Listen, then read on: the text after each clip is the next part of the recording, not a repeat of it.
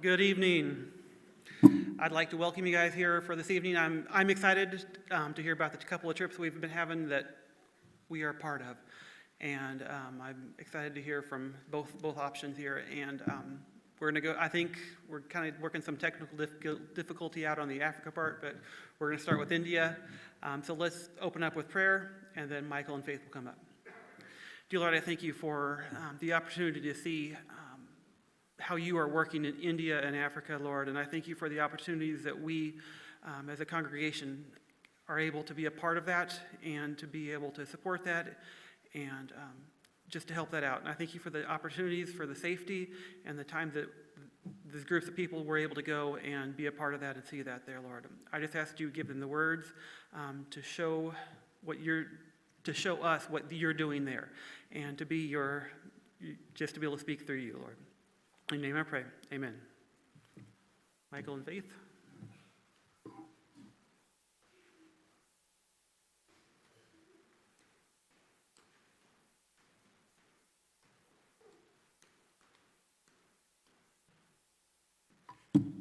Thank you for coming and showing an interest, and expressing an interest in it's really what Pleasant View is doing. And technical difficulties. Imagine that, and you're going to hear more about that as we do our presentation.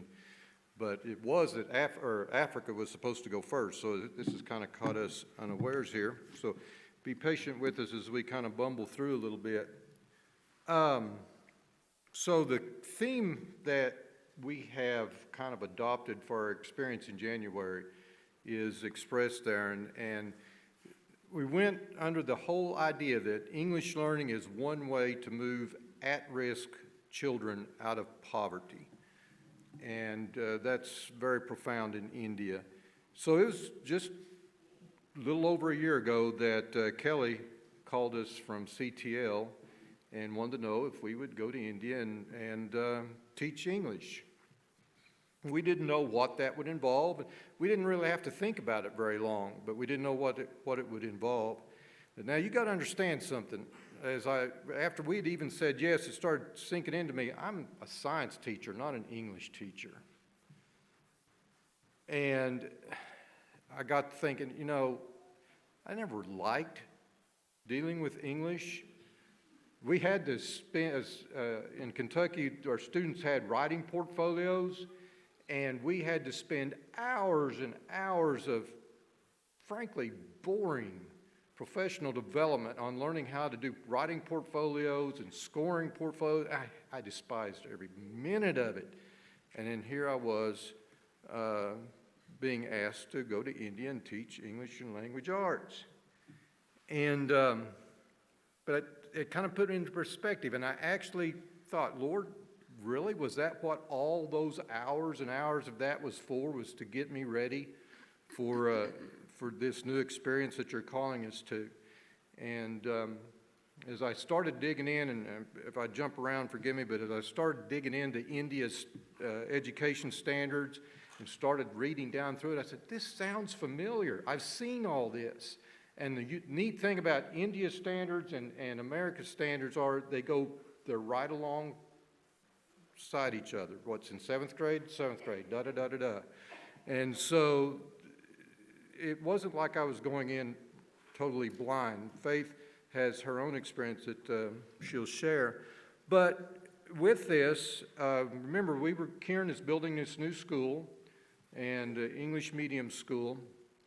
And so as this evolved, what we were going to be doing, it came out that we were supposed to be modeling what a Western classroom is supposed to look like, because that's what India is working towards. That's their idea of good education.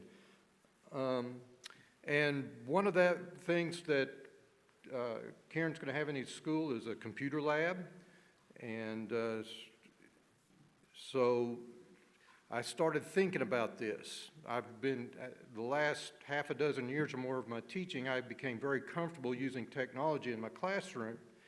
And so I came up with this idea, Kelly and I had actually been talking about it for some time, because Kieran wants his new school to be Western and to be up to date and to draw in students. That's how it's going to pay for itself anyway.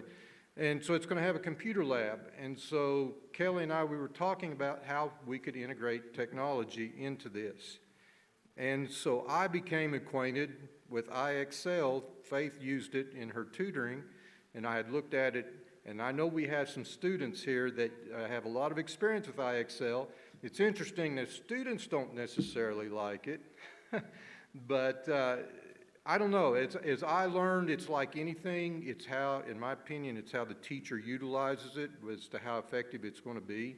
And through this whole experience, I came up with my own way of what I liked, and more on that later, hopefully.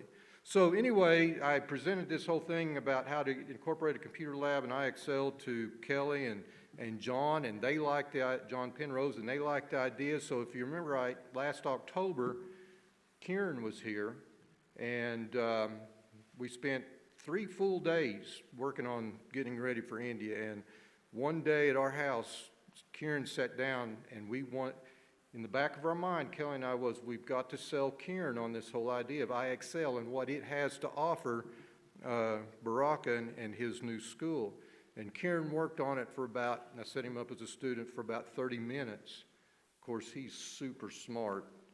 And I think he reached grade 12 in no time whatsoever, but he bought into it. And that was an answer to prayer right there.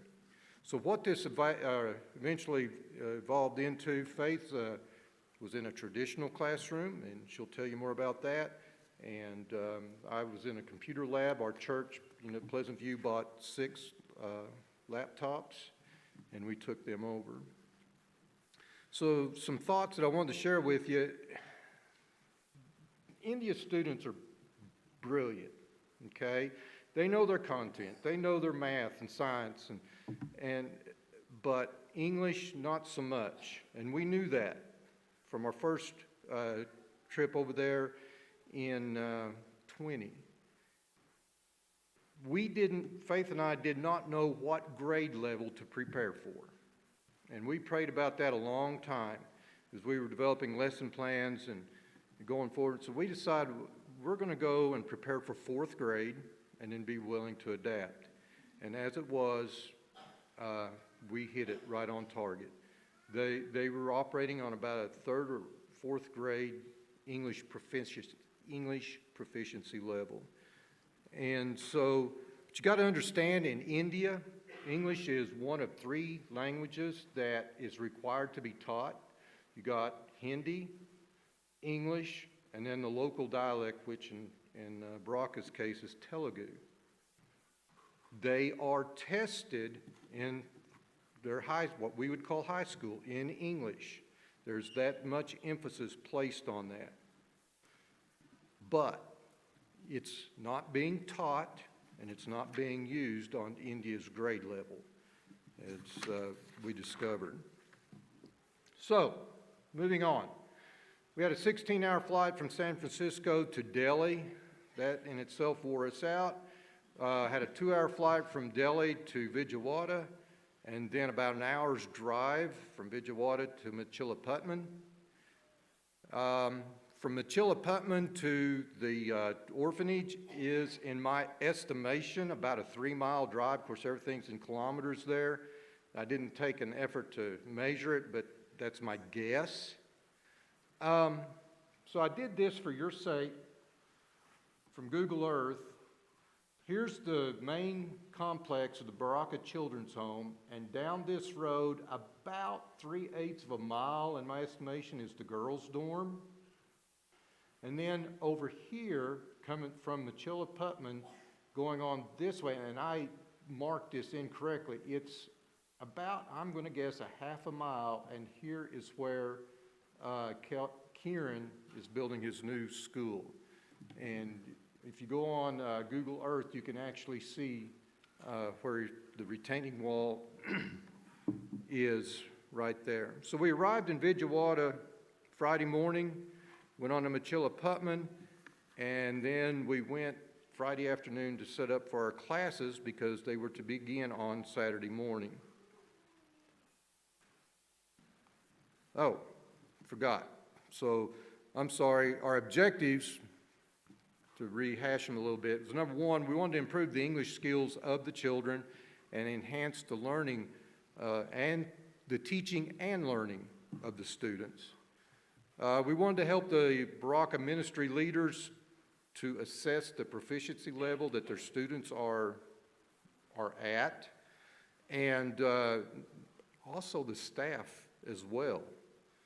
Language is an issue when you get there. And the clicker, there we go. We wanted to introduce the Baraka students to IXL, and understanding that it assesses the skill level that they're at, and then it will automatically assign lessons based on their specific needs.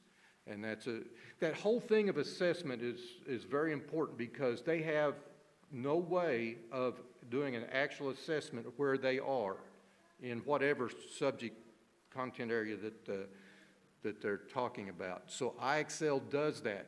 And by the way, I told you we kind of shot an arrow in the dark going for fourth grade. That's right where IXL assessed them being, is like on third and fourth grade. Don't get me wrong, please understand, these are brilliant students. Their English proficiency level is at that level. We wanted to demonstrate IXL and also model how a computer lab could be used in Kieran's new English medium school. Whoops, go back. We got volume. Pulling into Baraka, the boys with the main complex.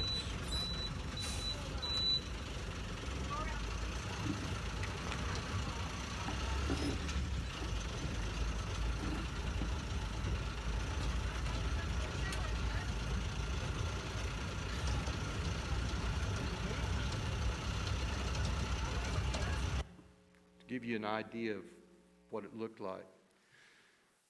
So Friday afternoon we got there and we were tired, we were rushed, and I went to set up the 6 computers, and I know 6 computers doesn't sound like a whole lot, but we paid for them. CTL bought them. They went through them in California. They had virus on there, antivirus on there. They had everything updated. Everything was working fine. What's Jeff doing right now? Trying to figure out some technology issue. Friday afternoon, not one computer worked for us. And when you deal with technology, you always want a backup plan. Well, I had the internet service covered in mind. I made sure that my cell phone plan would work, use it as a hotspot. That part worked. We had that covered. But every one of those computers had some different kind of issue. We had to go to the apartment. We were on a time schedule. I didn't have a clue. Saturday morning rolled around. Classes were going to start that morning at 10. I didn't have an answer for those computers. And so that morning, that was about January 4th or 5th, and we had just started our new reading plan. So I went up to the roof of our apartment, because you could go on top of the roofs of every building in India. No, this was at the apartment. Oh, at the apartment. And I did my reading plan and had my prayer, and I said, Lord, if you remember right, before we left, I always refer to Proverbs 3, verse 5. Don't lean on our own understanding. Trust in the Lord with all your heart. I said, Lord, what are you going to do? I don't have an answer. And I want to tell you, it is so important to be a part of to be a member of a body of believers that you can count on to help you. And he nudged me. He said, Michael, text Sherry and ask her to pray. She is an awesome prayer warrior. And I did. And this was, 8 o'clock in the morning in India, so it would have been 7:38 here in the evening. And I said, Sherry, please pray. And I told her what my problem was, and she texted me back a prayer. And let me put it this way. By 10 o'clock Saturday morning, we were ready for class. 9 o'clock. the things didn't work out like I would have. I mean, God equipped us with a way to solve all the problems of each of those computers. And it just struck me how important it is to be a part of a community of people that you can rely on. My turn. Okay. Well, you've heard of, well, first of all, this is what I wore while I was there. Basically for every day for class. He could wear that, or he wore shorts most of the days. He could be comfortable. But this is what, oh, I'm sorry. Well, you couldn't see it then. But this is what I would wear. That was my, what I wore most of the times. And it's hot and sweaty.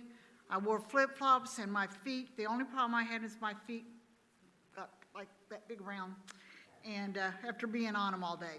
But anyways, you know you're in, okay.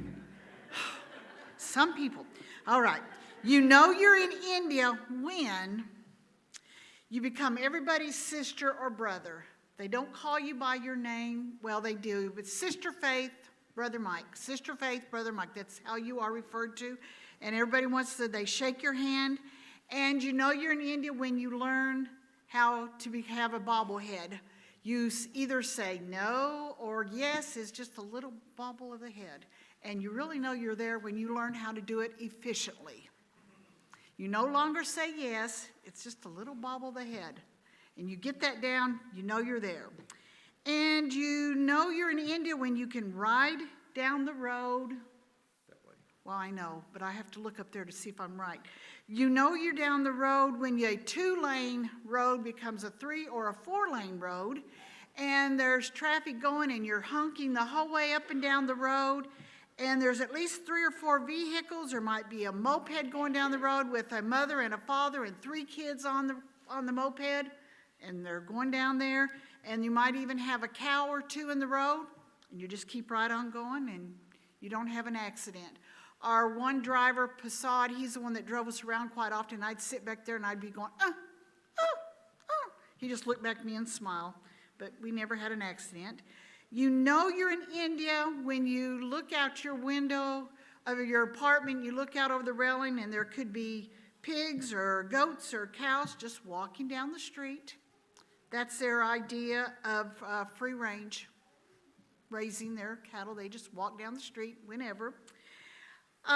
You know you're in India when you hear music, blowing of the horn, and there is a cow. They're leading this cow, and it's going down the street, and they stop at each door, and they play this obnoxious music, and they sit there and they play and they play and they play until you come out and give them money.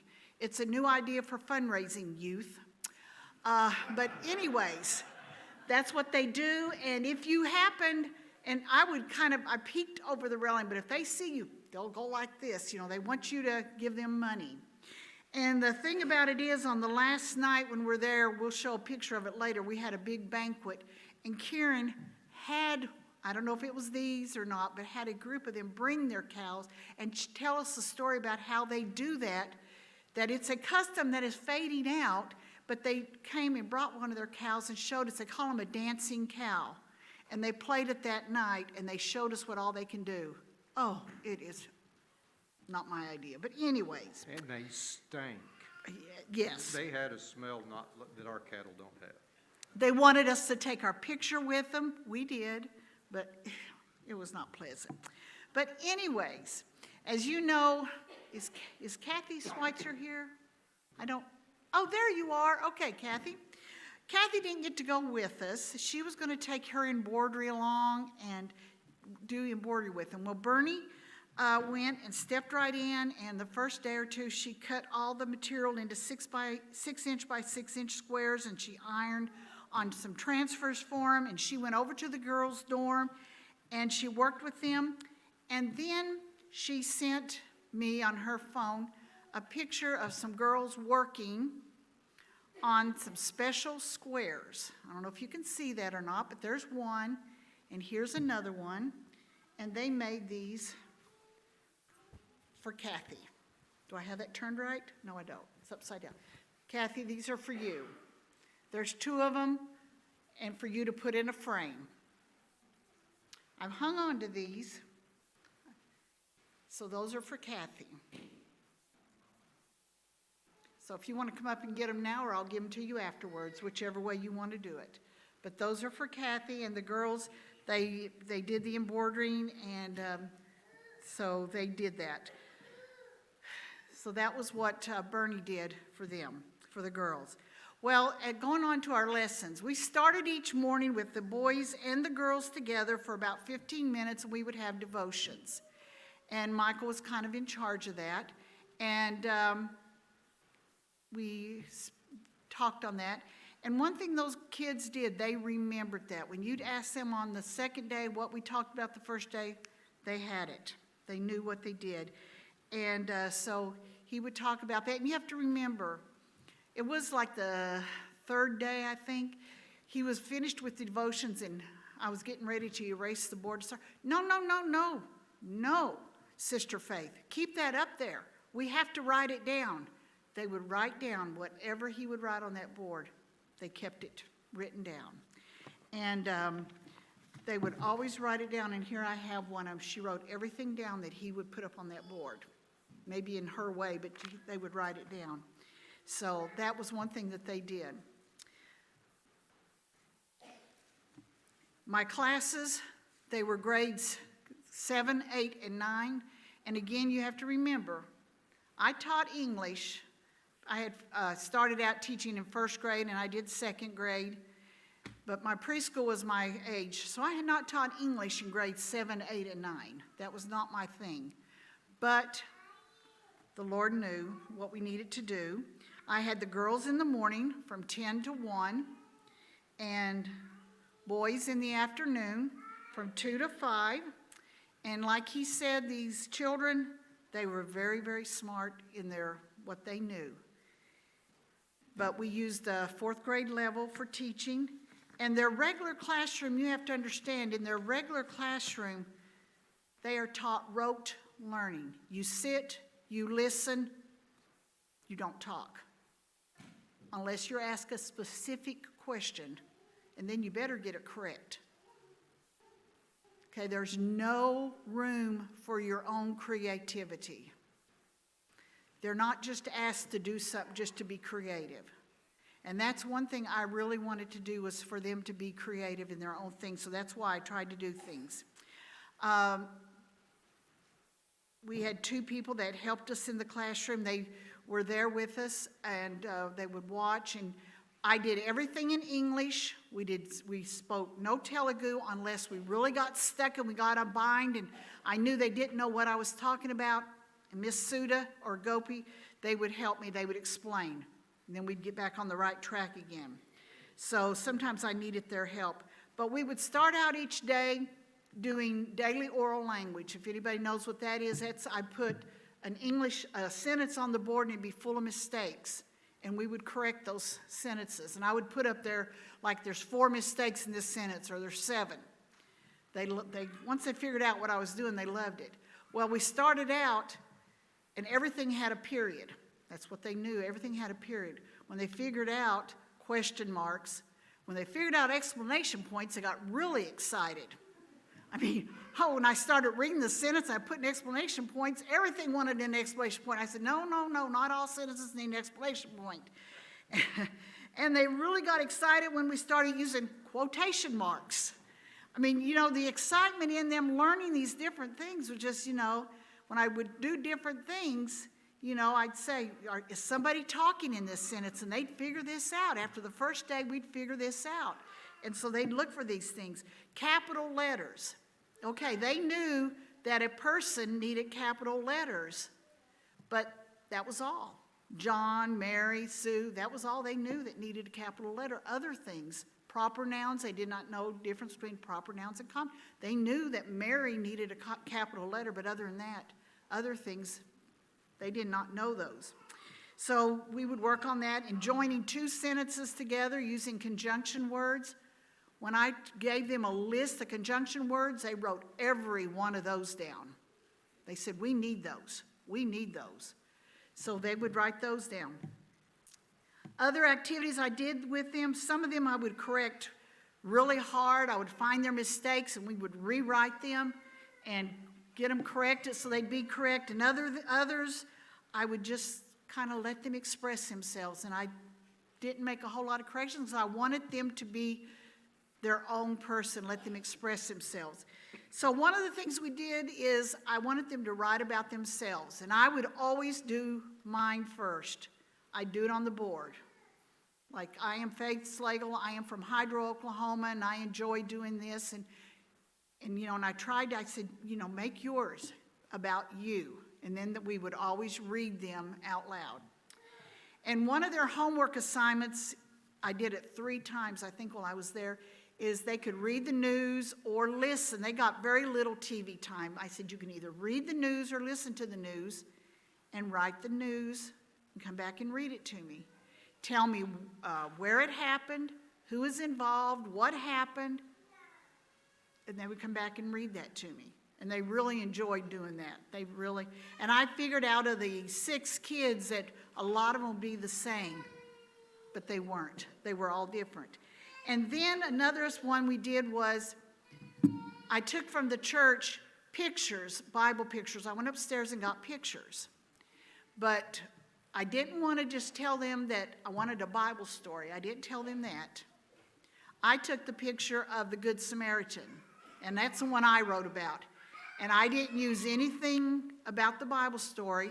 I just said, my name, I can't remember how I did, but something to this essence. My name is John, and I was walking down the road, going to town to buy food for my family, and these men came along and they beat me up, da-da-da, and I just made a long story. I never mentioned the story, the name of Jesus once in it or anything. I just made up my own story. And I had 3 or 4 other pictures. I said, you pick a picture and you write me a story. They did, and 9 out of 10, 5 out of 6 of them, they related their story to somehow being related to the Bible, which was fine. But that was what we knew that would happen. We were told, don't go in and start, doing an all Bible story. But if they express it, go ahead. But one of them was a lost sheep, and that's what they did. They would relate it. So that was one way I let them express themselves. Another fun one that I did was I read 2 books to them. The first book we did together, we talked about the beginning, the middle, and the ending. And I read the story to them. We talked about this is the beginning. To them, the beginning of the story was the first sentence. That was their beginning. What's the beginning of the story? Whatever the first sentence I read, that was the beginning.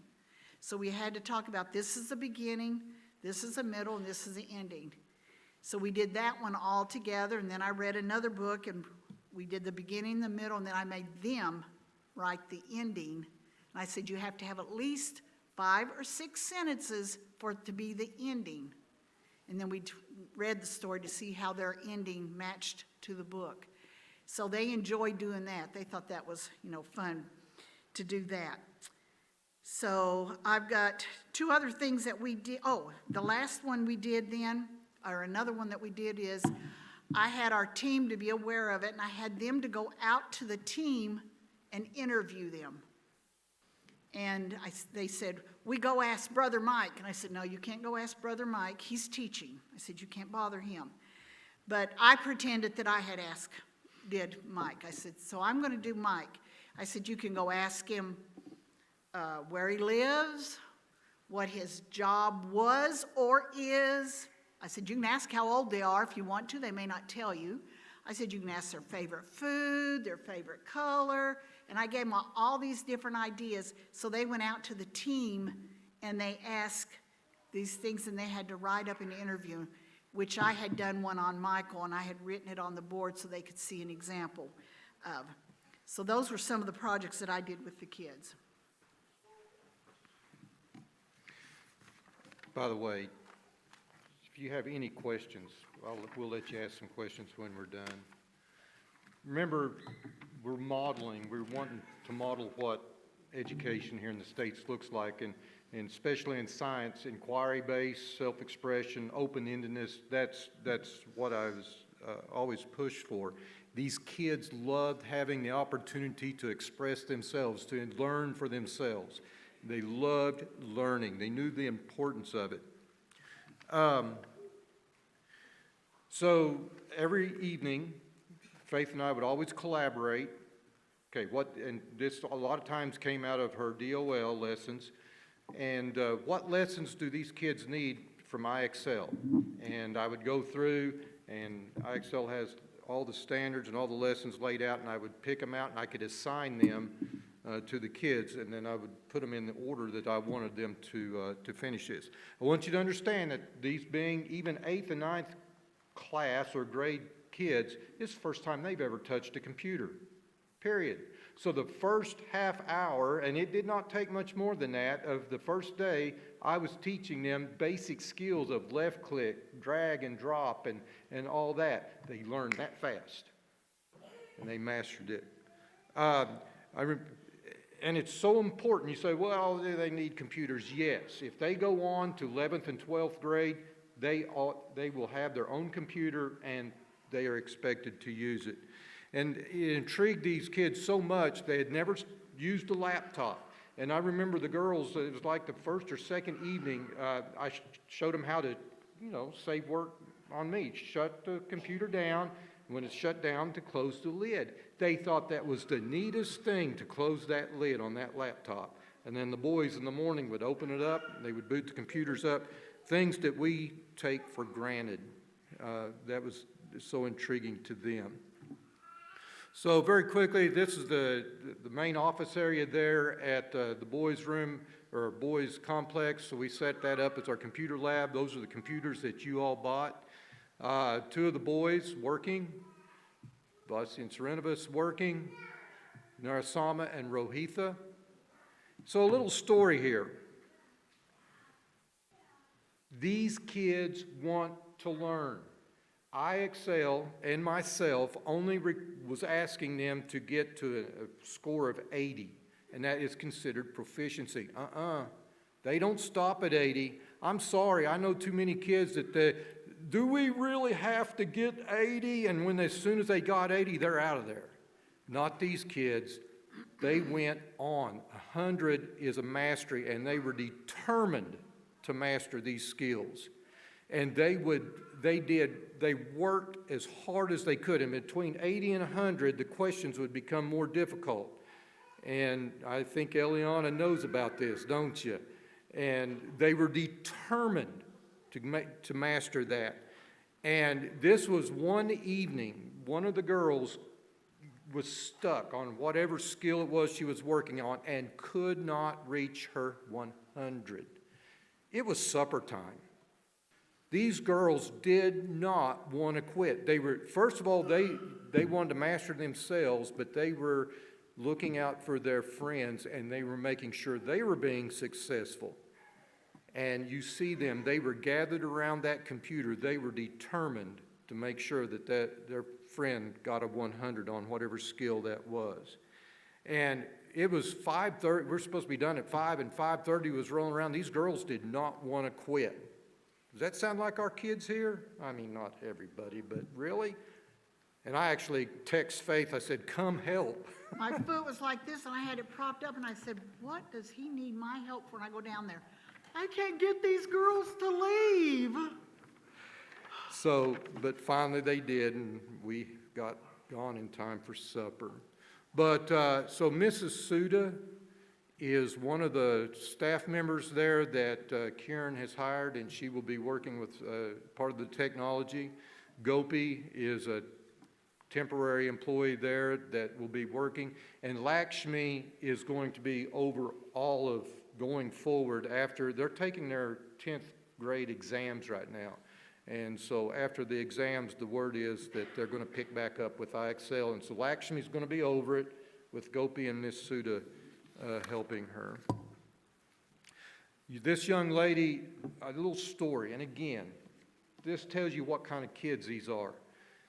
I was helping her with something, and you know, I don't just sit back at a desk and prop my feet up. You're circulating all the time, and I forget what it was, but she got something right, and I remember I made the comment, that was really smart what you did. And she, without hesitation, without thinking, by the grace of God, I am smart. She knew, she remembered where she came from. She had been out on the streets working, if you get my drift. She remembered where she came from. She knew that it was by the grace of God that she was there and that she was able to accomplish what she was doing. She knew what an education meant to her. So this is exciting to me because I got my hands on a projector, and I got to set up a class that somewhat resembled what I had when I was teaching. You could put this up for IXL. You could, as you circulated the classroom, you could see what each kid, what skill they were working on. You could see their score. You see one there in the bottom left of 100. And you could see if they're having problems with something, and without asking, you could go help them. At the end of the time we were there, those kids answered 14,683 English questions. They had spent 104 and a half hours, and they had made progress in 93 skills in the days that we were there. And that was information, that was data that Kieran got, and this whole thing helped him make the decision of moving forward. Evening prayer. Every evening they have a time of evening prayer. And they don't eat supper till after they have evening prayer. So evening prayer is about 6:30, 7 o'clock. So they don't eat supper. That was another hard thing to get used to. You did not eat supper till like 8:30, 9 o'clock. That was very hard to get used to.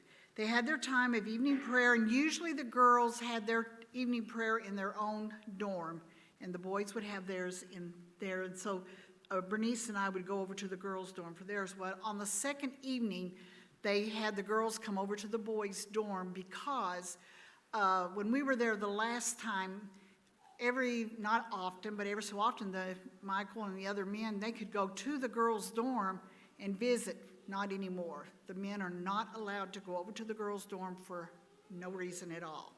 No reason.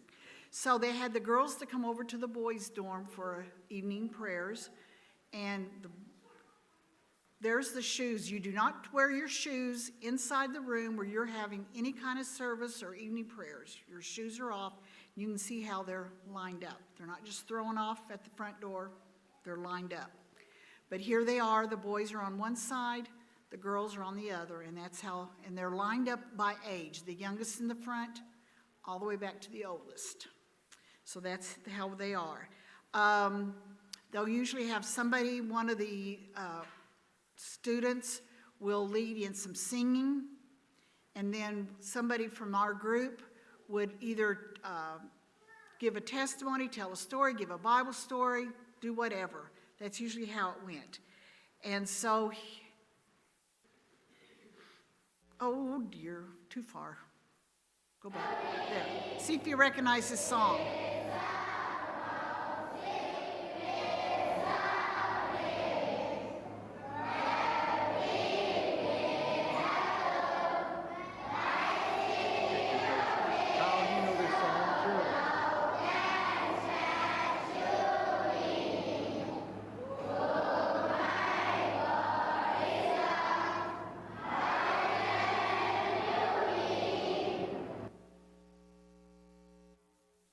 What song? Waves of Mercy. Yes, they sing that. And they sing it with every vibe of their voice that they can sing. Yes, it was loud in that room. So that's what they did. Okay. I'm going to cut things short real quick here. Real quick, every year, and you've heard this before, when a team is there, they get to go to the beach. It's the one day out of the year that they go to the beach. And real quick, the boys, is there not volume? Boys running.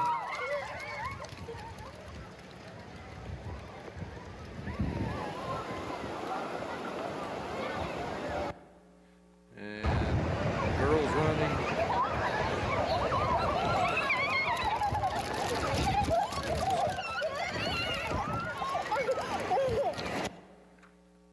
And of course, lunchtime, they set up like a little tent, and the prayer was student-led, and Faith was having fun with the newest member and her brother.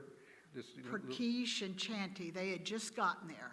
So she was enjoying the children. Real quick, school construction, just some updates on that. This is the retaining wall that Kieran, it was unexpected, and they had to install it along with a whole system of drainage pipes, and it literally set them back a lot of money and a year's worth of time in constructing.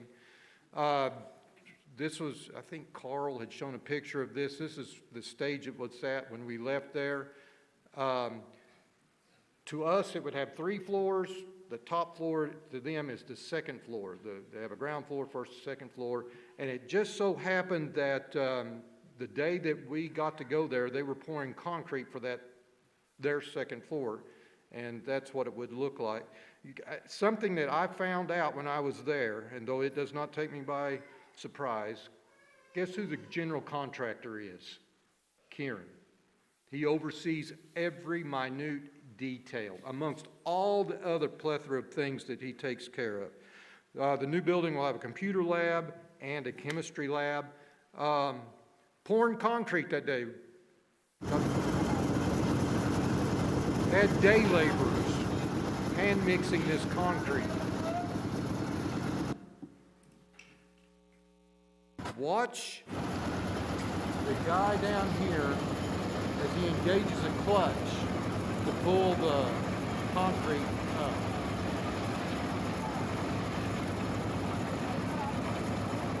Of course, look how they were carrying the gravel, sand.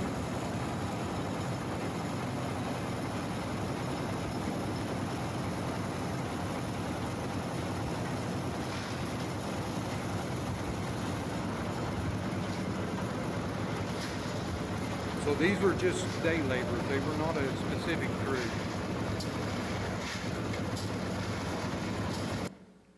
So very quickly, in conclusion, we'll kind of wrap things up here. I'm sorry, we're going long. We had a celebration for our students, and here they are, we're at this restaurant. And if you think about it, I think only one, if maybe two, had ever been in a restaurant before, and they had never used silverware. So we had to give like a little lesson on them using silverware, because normally they eat with their hands, okay? So that was a whole new experience for them. And here's some of them. So we had to kind of talk them through that, but we had a good time. Here, we were getting ready to leave. We had stuck those 2 pictures in, so we got it kind of out of order. We were thinking, now how are we going to get to the restaurant? Take 2 vehicles or 3, take a van, take what? Oh, that's no problem. You take a pickup. You put all the boys in the back and you stick all 7 girls in the back seat, myself included. We were all stacked up 2 rows. Michael got in the front and the boys were in the back. The funny part about it was the day before we were out to see the school, and Michael had dirt. He was filthy. He was going to get in the back of the pickup and ride. Oh no, you're not allowed to ride in the back of the pickup. That's too dangerous. But they put 6 boys in the back of the pickup to go to the restaurant. But that was okay. But anyways, we were at the restaurant. We had that. And then we gave them each a certificate. And one thing that they did is each child was given their certificate, and we'd give them a hug. They would bend down, and they would each touch our feet, and it was like they would give a little blessing. It was a very humbling experience, very humbling. And then at the very end, this is where we had the last celebration at the very end, and Michael took this from up on top. This is the girls. All the girls ate first, and then they would clean everything up, and then all the boys ate, and then we ate, the staff, whatever. And that's when they did the show, the program with the cow, the dancing cow. Well, you can see that. I want to just real quick to end with, I told you that at the very end, on the last day, I ended my time with doing 3 little short activities. One of them was they had to give me an opinion, they had to write and give me an opinion of something of why or they do or do not like something. And we did one on the board first was why you would or would not like curry. I didn't know there were so many different kinds of curry, but there are. So we wrote up there, why I do like curry or why I do not, how you would write that out. So I told them to write me up one, why I do or do not like homework. And this one girl, she wrote, I like homework because it is so interesting and it is so little to do that it does not make me a burden. It helps me to improve the knowledge and to avoid the laziness. I'm enjoying the homework daily. That was her remark. But the last one is what I want to leave with you. The last one is, I just told them to write a memory. I said, I just want you to write me any memory that you want to write about. And I told them about a memory that I had, and I shared that with them. And here's what she wrote, and I want to leave this. These kids know what their background, they know where they came from. They weren't just a mother or a father saying, I can't raise them anymore, would you take them for me? Most of them, there might be a few cases. But most of them were put out on the streets to be beggars. A lot of the girls were put out to be prostitutes, and this one was. And here's what she wrote, and I want to leave this.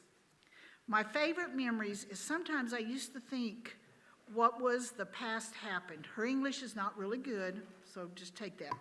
I get some thoughts like, the Lord has loved me, and he already has chosen me when I was in my mother's womb.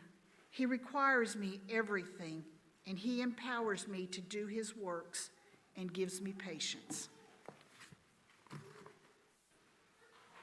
So we're going to cut things short. I apologize. We went long. Ways to support.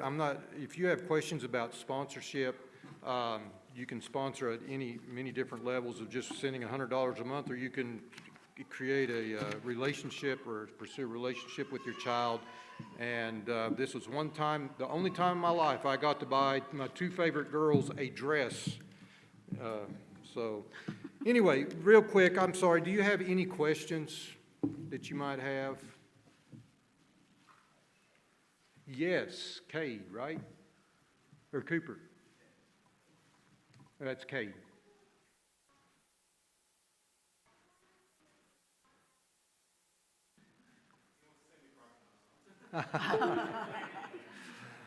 Okay. Well, Jeff, I'm sorry. They may want to get up and stretch before.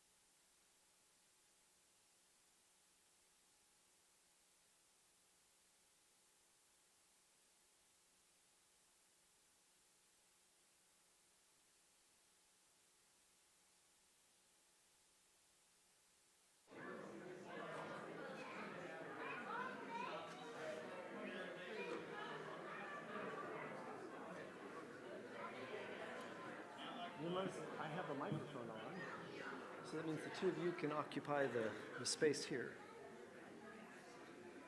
I'll click.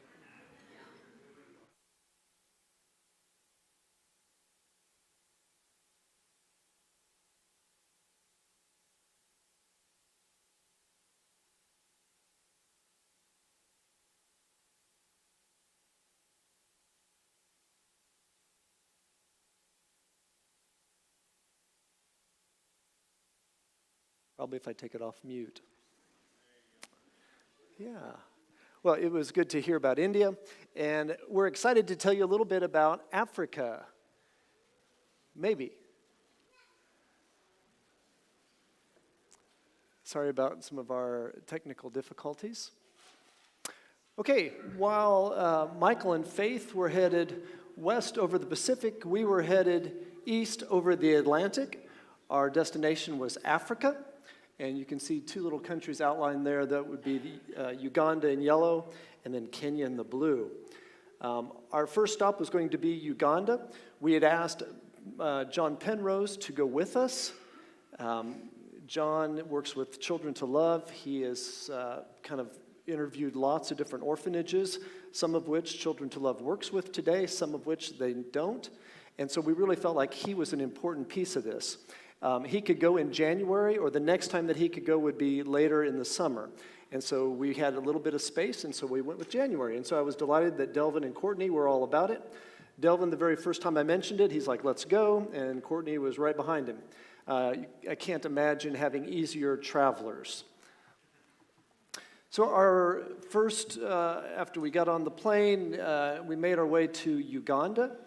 We landed in the city of Entebbe, which would be the only international airport, and made our way to Mercy Child Care Ministry.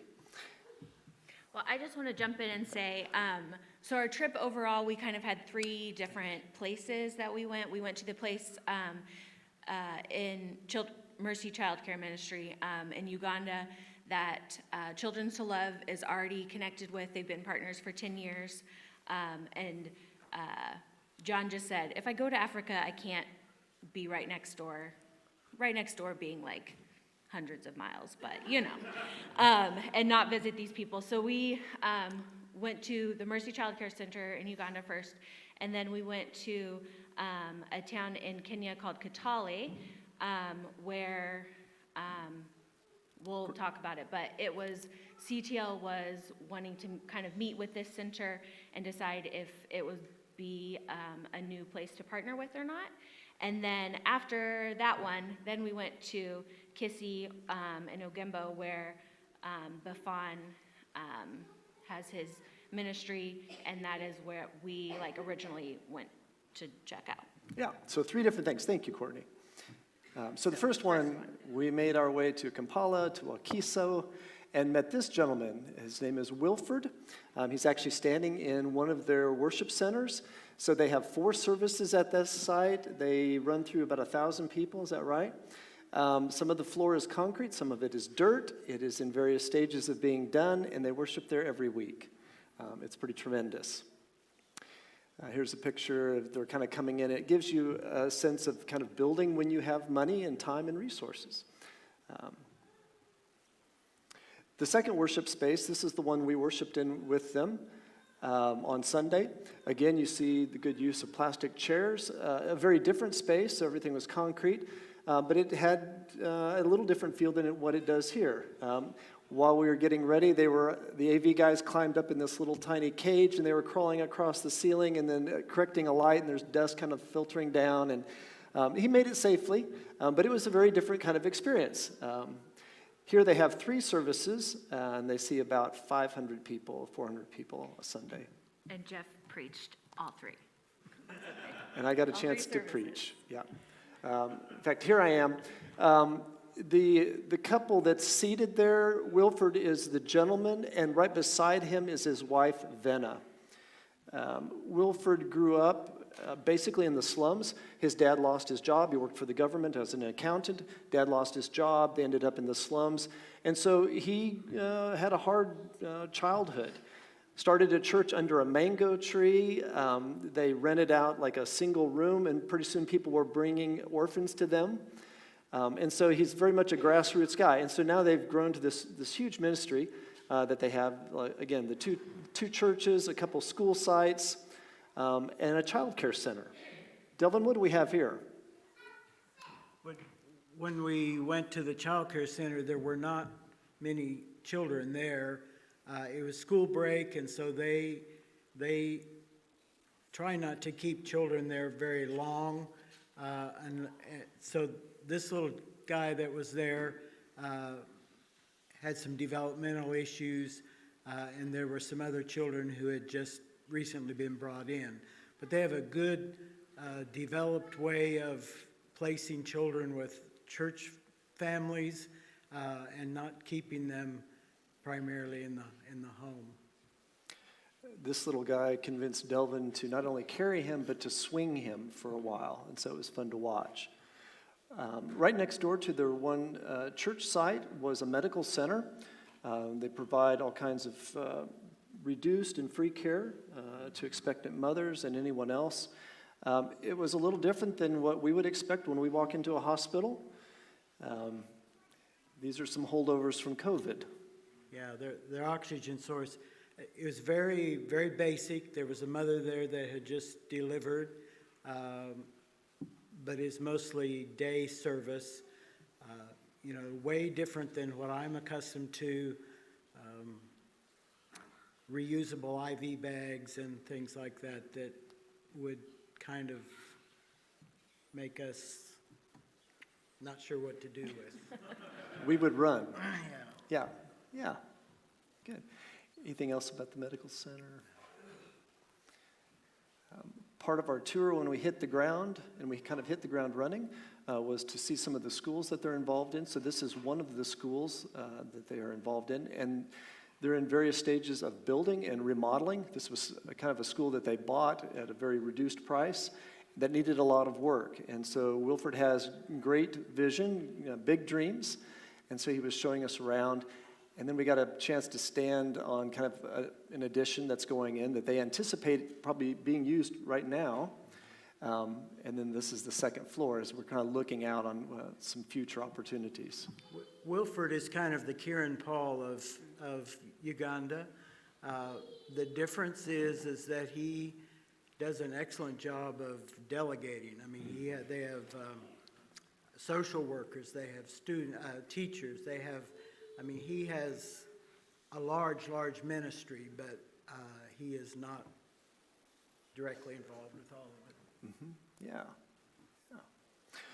One of the things that Mercy Church is involved in, so they're involved in this medical center, schools, the churches there in Wakiso, but they also had some church plants, and their church plants came out of one of their members going back to his home community. So the first day we got to go around and see all these places. We got 2 hours of sleep, and then we jumped back in the vehicle for about, what do we think? About a 6-hour drive. 6-hour drive to visit these other places. So we slept the night, and then the next day, No, it was the same day.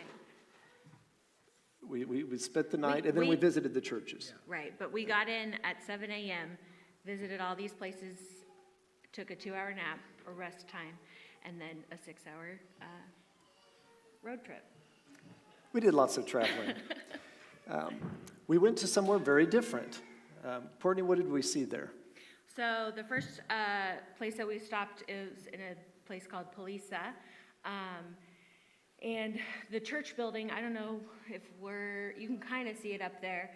The church building was 4 poles with a tarp on top. They said we were probably the first, they said we would be the first white people that this community would have ever seen. And we were greeted with so much singing and excitement, and all the kids are mean mugging because why are these people look like that? And we had a little church service there. These are some of the huts. Do we have the video? Yeah. So here's the church building that they were talking about. Here's the pastor of kind of this church plant, and this would be a member of Mercy Church. And so the singing was a little different, and so this is what greeted us. Let's see if we can get it to work.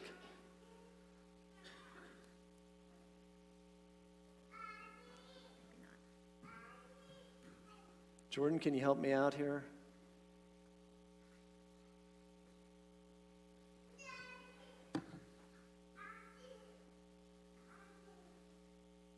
Well, we can, Yeah, let's play it. yeah, you can at least hear it.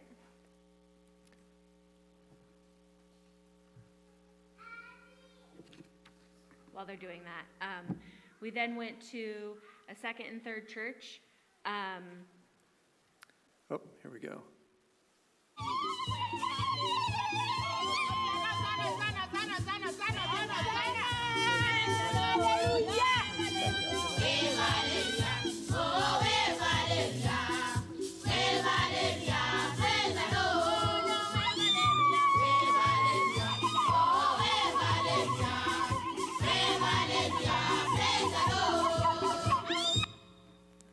Okay.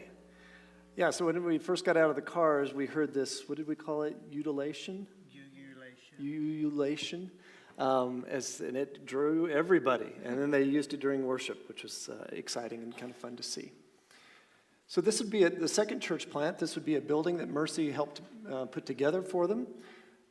And again, it was an opportunity to share a few words, which was always the case everywhere we went. They liked to sing, and so they praised God with some brief songs, which actually lasted quite some time. At the third spot, which the building looked very similar, again, we had an opportunity to share kind of greetings, and then John spoke at this one. And this is John Penrose up on a bamboo chair. Apparently, he's used this a number of different times. It was all about trust, and I wasn't sure that I had that much trust. And I wasn't sure what we were going to do when John fell. But praise the Lord, the chair held. The Lord's name was held high that day. And so we were grateful for that. It was really humbling after this congregation that had very little loaded up the vehicles we were in with jackfruit and some other things that they were offering Mercy Church kind of as a gift. From Uganda, we made our way then to Kitale, just as Courtney had said, and we had a change in plans, right? And I think it was a God thing. So if one of you want to talk about that. So originally, our plan was to fly out of Uganda into Nairobi, which I don't know if it's even, yeah, it's kind of on the map, which you can see is pretty far from where we're ending up, over back close to the border again.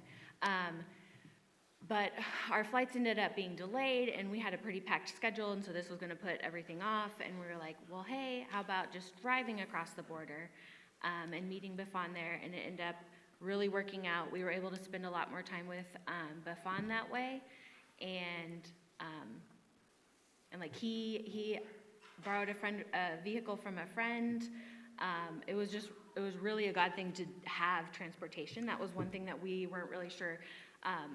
Going over how that would actually end up looking. It was kind of like, surely it'll work out, but like, hopefully it does, you know? But it really, really did. And Mercy Church provided our transportation to the border and a driver. Yep. And then Bafan met us there. Yeah. So we were really thankful how God worked it out. It saved us a lot of travel time on top of all that. This is one of the things that greeted us at the border, though. We discovered 2 flat tires, which we'll talk about how God used flat tires throughout our trip. I will just simply say this one got fixed. It was pretty easy and painless. Okay, I think another video here. So some traveling. This is what Africa looks like if you've never been. This part of Africa. We've got a couple other traveling pictures that look different. So sugar cane there. There'd be some rice. And lots of wide open space like we see here.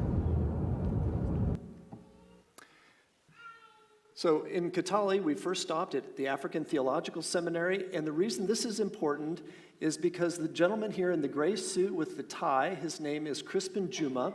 He is the one who actually went to Lifeway back in September to kind of check it out, to make sure it was legitimate for us.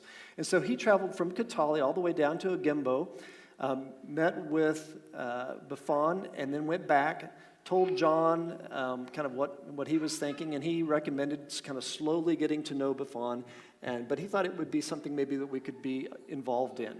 And so we were really thankful. He serves as the director of the African Theological Seminary, and this is where we stayed during our time in Kitale. This is kind of a picture of our lodgings. It was really comfortable, actually. And so we were grateful for that. They told us to keep the doors locked, closed, so the monkeys didn't get in. So something you don't deal with every day, right? But they fed us really well, and we spent some good quality time there. Our purpose in going to Kitale was really for CTL. John was interviewing a woman who had started another orphanage, and this one was called Great Mercy. All right, so the first one was Mercy, this one is Great Mercy, and her name is Judith. She is the woman there kind of in the middle in the very brightly colored floral dress that's kind of yellow and orange. The reason she started Great Mercy was because she was a student at the African Theological Seminary, and one of her assignments was to look at their community and see what the needs were, and then do something about it, okay? So fast forward 20 years, she's got this orphanage and she's got a school. And she was looking for some wider sponsorship from what she already had. And so that's why CTL was there to explore that with her. These are some of the conditions of the school itself. By our standards, pretty rough. In fact, even by Kenyan standards, pretty rough. The government had told her that she needed to improve her school in order to keep it open, and she responded.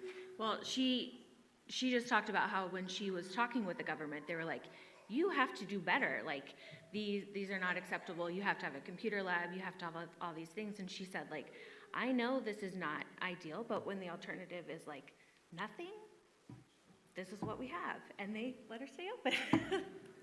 This is some outside sinks. This is just some of their facilities. This is their kitchen, which is, we think, kind of typical for these kinds of organizations. And this would be lesser than this kitchen at Lifeway Children's Home. And then during this visit, there was also kind of this interview process. And so she had organizational charts on the wall and really walked through what the mission of Great Mercy was, how it was structured.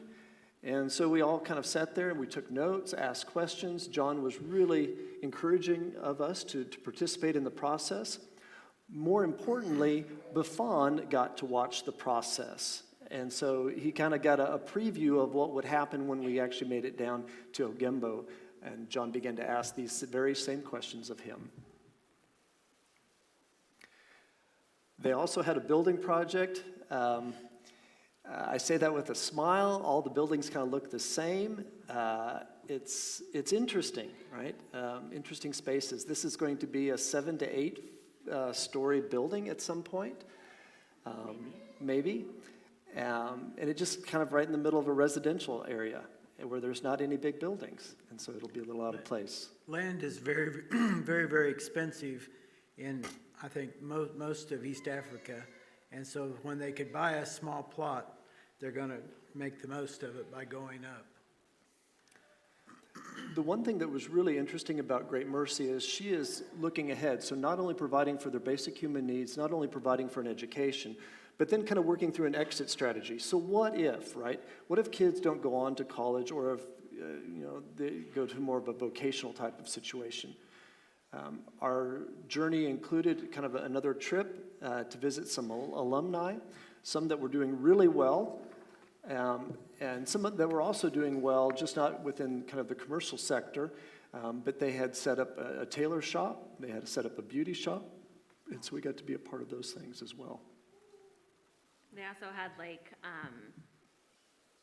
some mentorship with learning some farming things.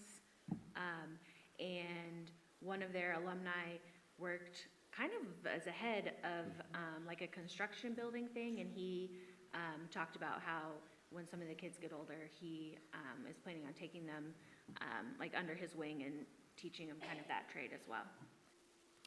The one sad thing, because we were there during a break time, there weren't any kids there. Again, so they had been farmed out everywhere. So we didn't get a chance to really interact with the students. But it was good to to visit Great Mercy.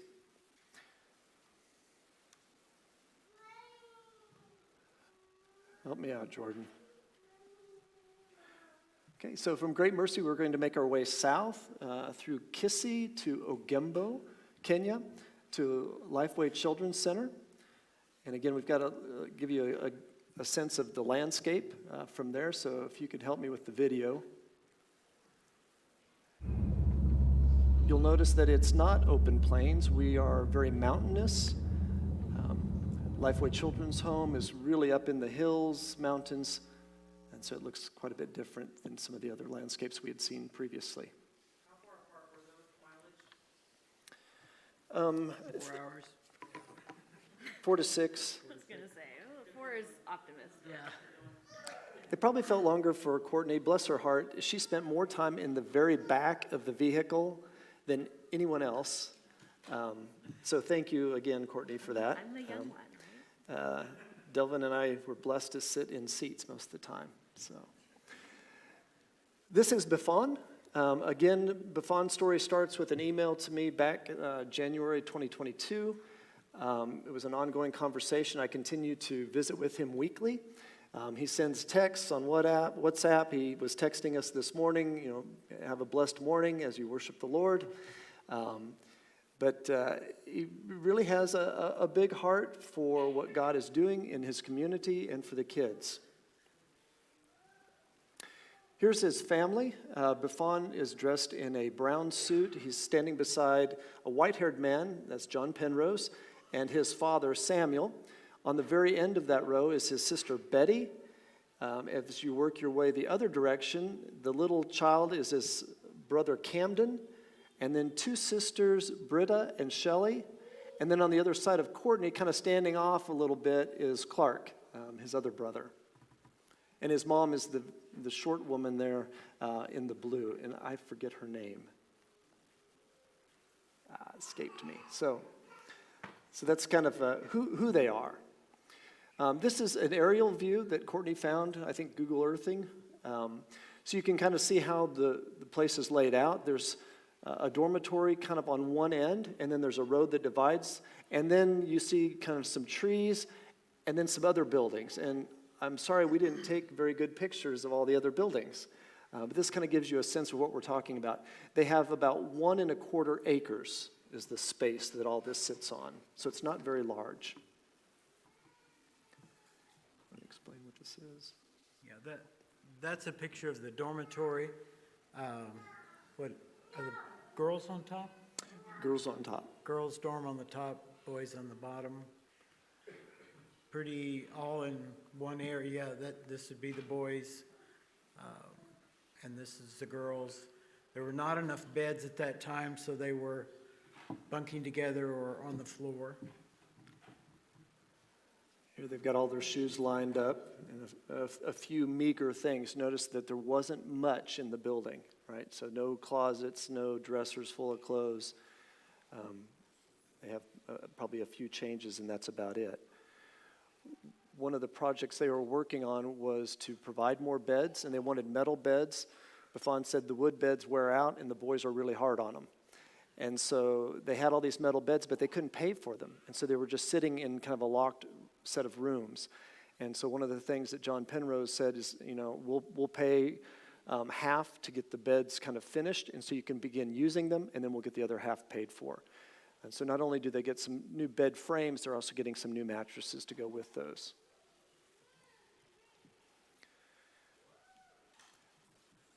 While we were there, we went to the child welfare office and met with the lady. She kind of confirmed the years that they had worked with Lifeway. We also met with the tribal chief and the police. They came to us, actually. They said, we want to know if foreigners are here. But they spoke well of the center and encouraged us, to be of assistance to them.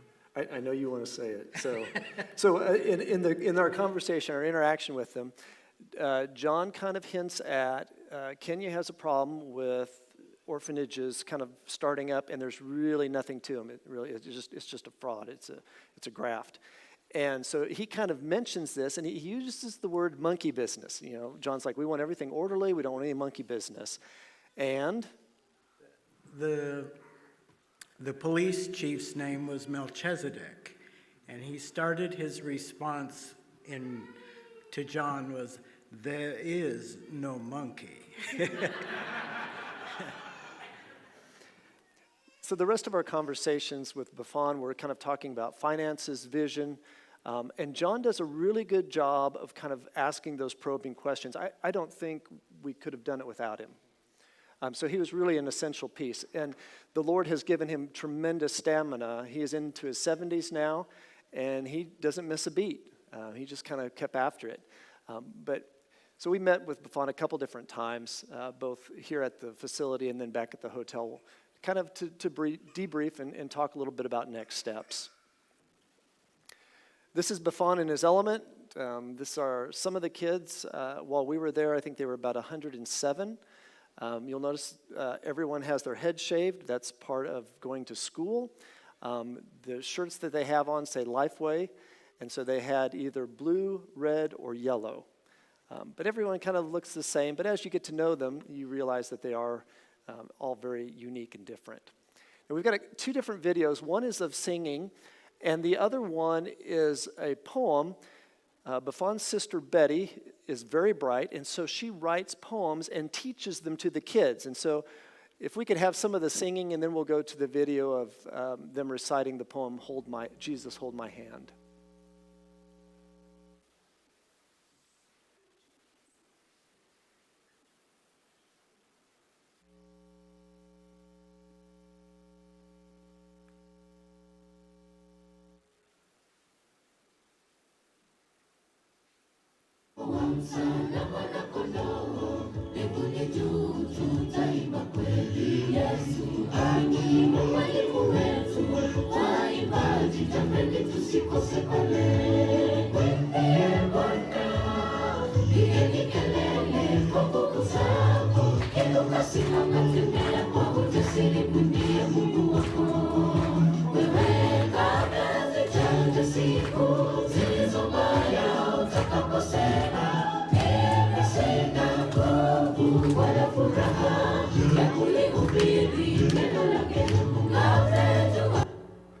Okay. This was actually the choir, so this wasn't all of the kids. These are just the ones that wanted to sing. And they would sing many different times for us. It's like every chance they got. Yeah.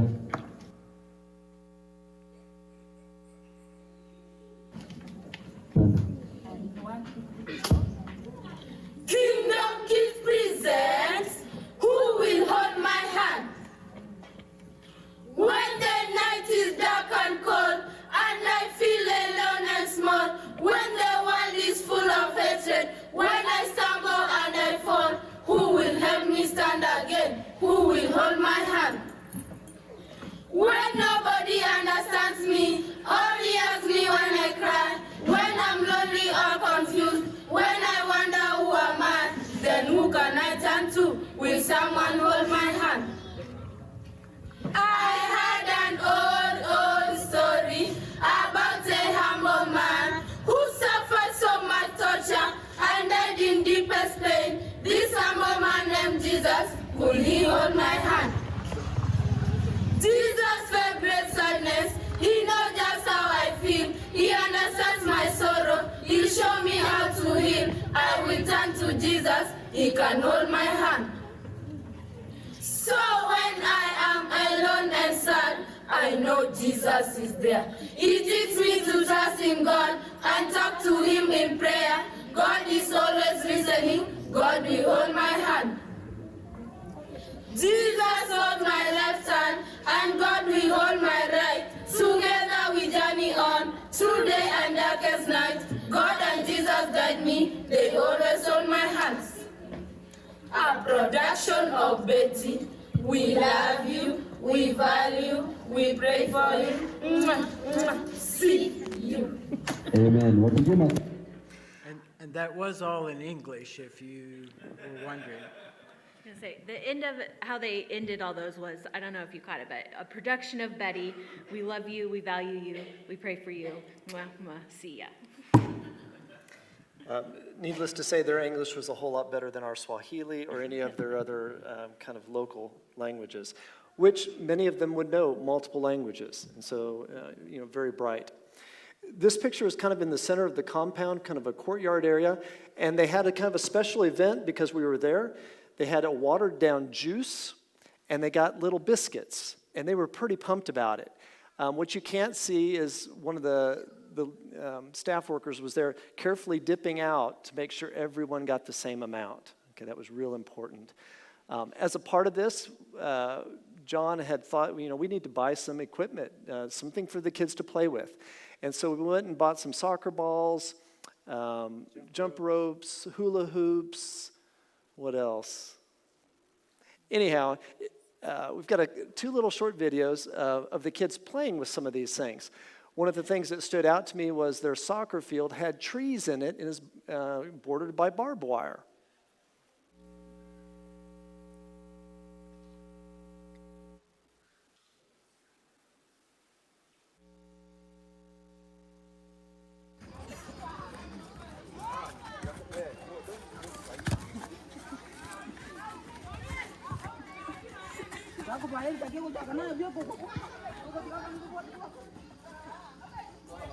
This ground is actually owned by Buffon's uncle.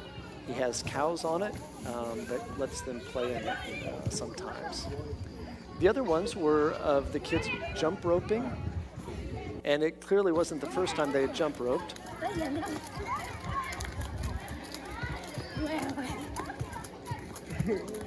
Yeah, great. It didn't stop them from showing off, though. They had a great time with the jump ropes.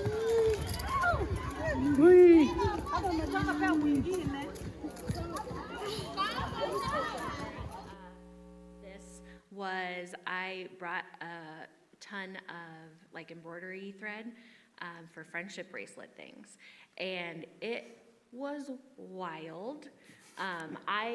It was one of my favorite parts of the trip, and I took not one picture because we were untangling and cutting string and getting the right combination of colors, and I thought maybe we would have to like go over a little bit of like different ways to make it, but the kids just took them and ran. Like they knew how to make what their own creation. They knew how to make what they wanted, and I had brought like a ton because I wasn't sure.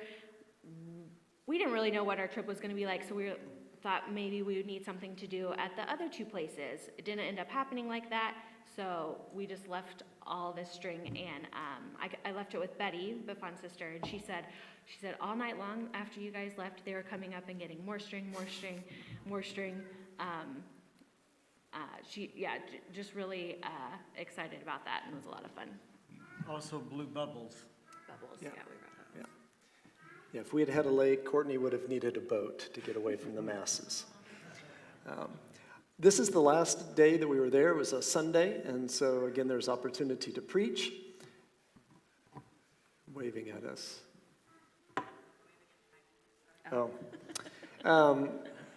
And so you can see lots of kids there. What you can't see or maybe discern quite as easily is in the middle section, from the kind of the middle all the way to the back, and there were people outside the building, was all community. And see, these were folks that were coming not only from that local community, but some of their other church plants that they had. As a part of that event, we got a chance to dedicate kind of the new board of directors for the Lifeway Orphanage or the Children's Center. And so that was kind of a special time, and it was important, I think, to Buffon, and so it was good to see that. Some of the other things that Lifeway is involved in, so they are a church, and they also happen to have a children's home, but they are first about spreading the gospel. And so they had two other church plants, which we got a chance to go see. This one was kind of, I don't know how far it was, it just took forever to get there. But again, we were way up on the top of this mountain. You can kind of see over. You don't get a sense of how much of a ravine there is on the other side, but you can certainly see off in the distance the mountains. And this was the church building. And so we met with some people, and again, it was just to kind of say hello and stop in, and as Courtney says, Well, I just, like Bifan said, like, we're not really gonna tell anybody that you guys are coming. We don't wanna make it a big deal. I know you guys are tired and wanna spend time with the kids, but we want you to see these buildings. And while we were driving there, he said, word got out. There will be people there to meet you. If you just wanna say a few words, preach a little, just a short few words to encourage. Dad and I said multiple times, how glad we were that Jeff and John were really great at preaching on the fly, because then it kind of took us off the hook. But I don't know how many times, just a little short, just some words to encourage. And like, you understand, like, yeah, visitors come from afar and need to say some words to encourage. yeah. So I got a chance to preach 6 times during our visit. Is that all? That was it. So here's the building that they had. Again, great use of what they had. Yeah, very humbling. I just thought it was really interesting. You can kind of see along the side of the wall, they had like this opening built in for ventilation. It worked really well. It was nice inside. And as always, whenever you go somewhere, you take pictures, right? And so we wanted to make sure we get lots of pictures with the congregation that was meeting there. They started that because they are quite a ways from Lifeway Children's Center, or the main church. Now, when we were there on Sunday, these individuals came to that worship service, and then for the food afterwards. This was our first stop. Our second stop took us to where there was a whole lot more people. There was probably, 50 or 60 there in that little room. And again, a chance to preach, and Delvin spied something that was kind of fun. They had Car battery? well, but the system, an audio system, and they had it hooked up to a car battery, and it worked very well. So we pulled up to this meeting that wasn't supposed to be a meeting. They had music blasting, people dancing, ready to hear a word. Yeah. Buffon was great. I don't know how he translated. We had some great translators, but Buffon did all the translating as we were out at his place, and just did a tremendous job. And again, a picture, right? So just a couple people just milling about. But it was really good to worship with them and be in their space. I think we got another little traveling here. So from Ogimbo, Kenya, we made our way to Nairobi.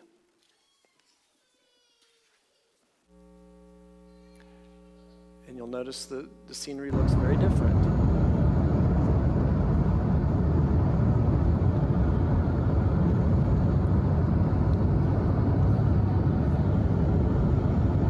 It was during this trip that we saw zebra, baboons, everything else, camels.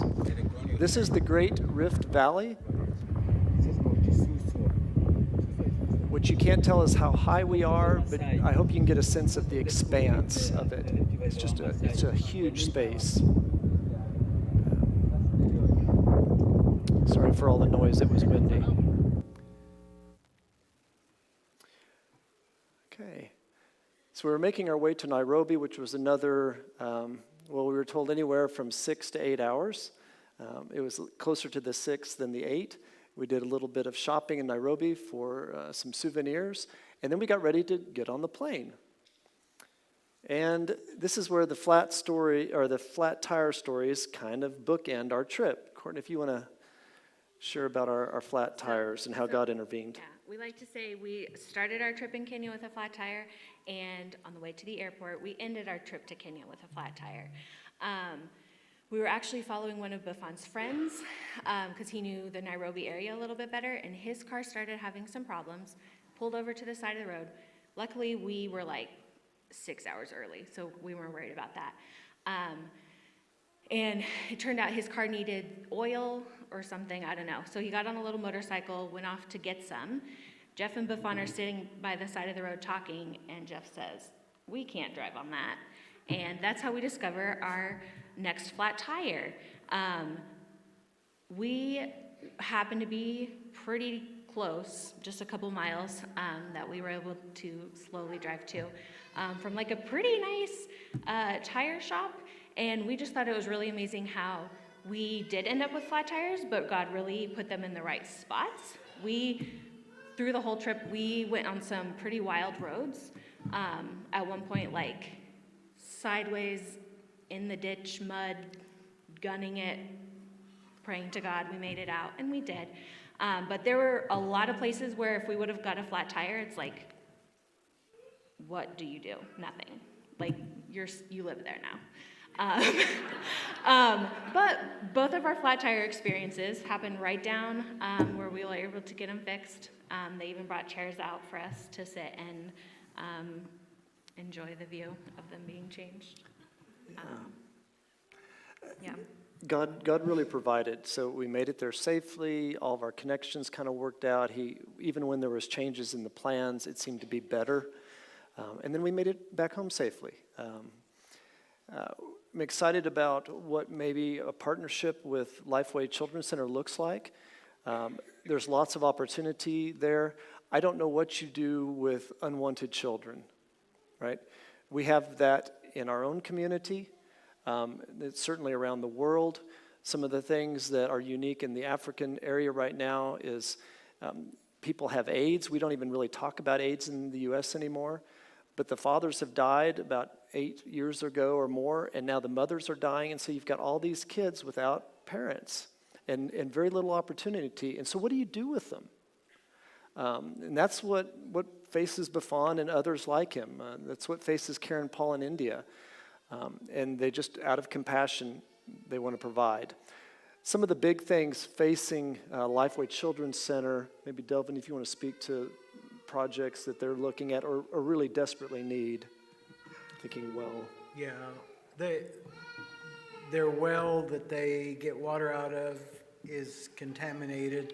They try to put stuff in it sometimes, but he said even since we were there that they had to spend money for medicine for kids because they had drank too much bad water. So well is something that's important. We have sent some money, CTL has sent money to pay partially for the beds. They have some land there they'd love to try to buy for a garden, but land is so prohibitively expensive there. It's a little bit sobering to think that they were living on very, very little and then nothing at all, which meant no food. When we got there, they got to have 2 meals a day, rice and beans, and they were very excited about this. Prior to that, they were eating porridge. And so CTL said, we'll give X number of dollars. It was about $2,850 a month or $2,850 a month, which kind of just took care of some of the expenses of the employees who were working but not getting paid for a couple months, which kind of speaks to the dedication of the employees. The kids are getting 2 meals a day right now, and so we're really thankful for that and hope that those are trends that can continue with some partnership. So CTL is in the process of discerning whether to kind of bring them on board. They're also looking at Great Mercy at the same time. And through generous donations from Pleasant View and through our budget, there are monies available that we can help see that the kids at least get fed for another year. And so we're really grateful for your generosity and ongoing partnership. And hopefully, down the road, maybe we can take a trip and you can be the ones up here giving a report about your experience at Lifeway Children's Home in Ogembo, Kenya. The end. Any questions?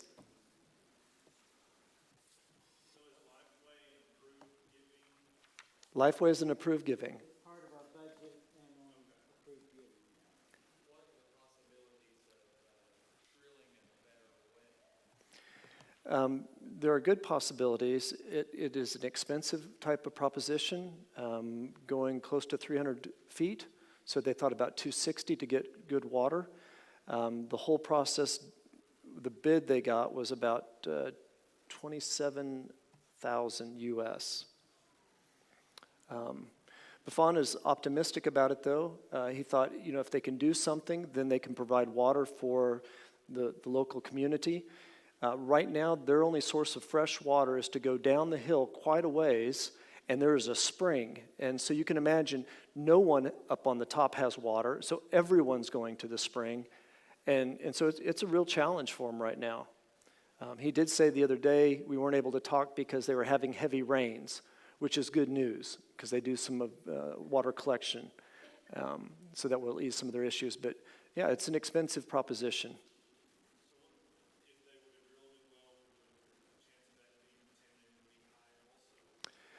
The one that they have right now, I believe, is hand dug, and it's only 40, 60 feet. Is that? So they. Yeah, like during the rainy season, he said sometimes they can get water that doesn't smell as bad or make them as sick, and they can use it for like bathing and stuff. But he said during the dry season, even bathing with that water gives kids rashes and like not great. So they're thinking if they go deep enough, or that was the driller's recommendation, if we get down far enough, you should be able to tap into some good water. Yeah. Electric pump, solar power, and then there'd be a holding tank. So. Another thing they need is, and when they didn't have anything to cook, that wasn't a problem, but their kitchen, it was so smoky in there that we couldn't hardly really see what they were cooking on, but she was only making one meal of porridge a day, but when they have more food, because they're eating twice a day now, they really need something that they can cook food a little better. They're using wood, like most cooking is done there, but they'd like to consider something else. So lots of opportunities, right? It can almost feel overwhelming, but I think if you kind of think in terms of what does everybody need? Everybody needs access to clean water. Everybody needs a little food. Everybody needs God's love and to be experiencing that through people.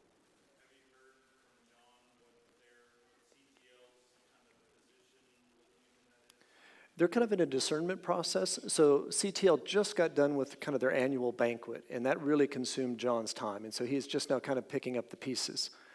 But that's on their prayer calendar. If you get communications from CTL that discerning, what do they get involved in Kenya? And CTL actually gave money for the first 3 months.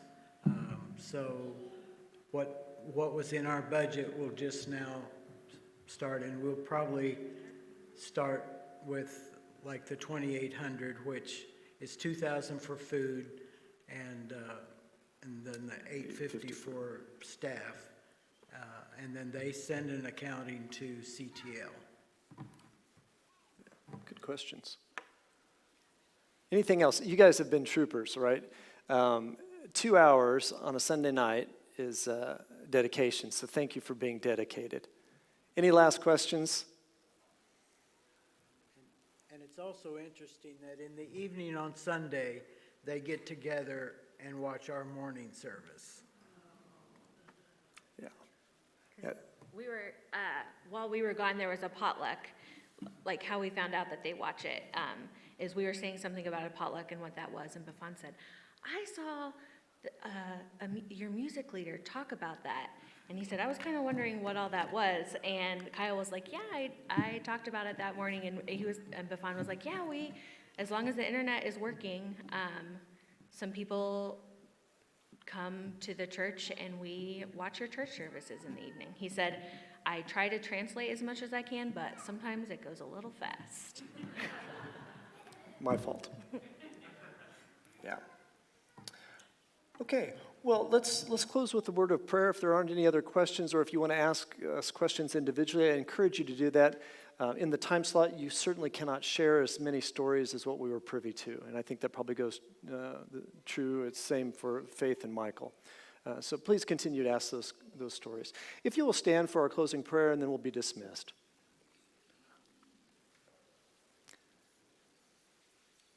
Heavenly Father, we give you thanks tonight. We have been reminded how big you are. You are not just the God of what we see every day, but you are a God of people that are around the globe, who speak different languages, who look different than we do, and yet your love for them is as great as your love for us. And we are so excited to be able to partner with some of these individuals. So Lord, I would just ask that you would bless Karen Paul and Lakshmi and their staff and the kids that they care for. Lord, keep them safe, help them to develop, that they will come to know you as their Lord and Savior. Lord, we pray the same for the children at Lifeway Children's Center. Lord, just watch over Buffon, watch over the staff there, for the kids as they have gone back to school, as they continue to kind of work things out. They're at a very different stage than some of the other orphanages we've seen and are a part of. Lord, help us as a church walk with these individuals that you have put in our path, that you might be a blessing to them through us. Father, now send us out into the mission field that's just right outside our doors. Help us to see need, to respond to it with compassion, just as Jesus responded to the need that he saw. And Lord, may the gospel be on our lips. This we ask in the name of Jesus. Amen. You're dismissed.